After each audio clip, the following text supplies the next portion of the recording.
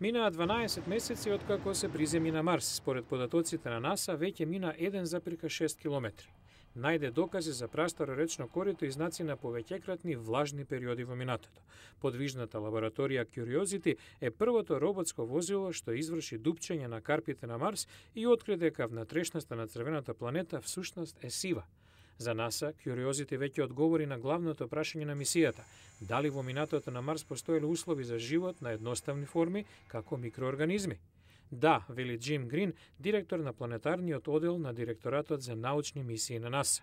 We found all the ingredients of life.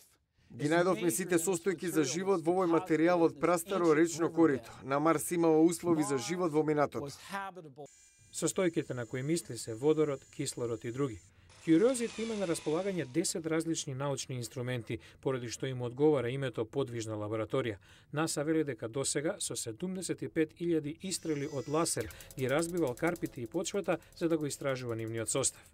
Обезбеди 70.000 прикази на Марс. Мисијата на Curiosity не е да најде живот на планетата, но неговите наоди се основа за новото роботско возило што ќе биде лансирано 2020, вели Грин.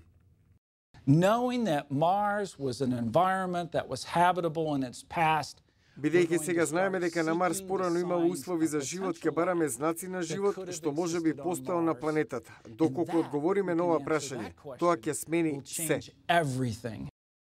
И додека НАСА ја планира следната мисија, Curiosity се тркала долж кратерот Гейл кон планината Шарп трагајќи.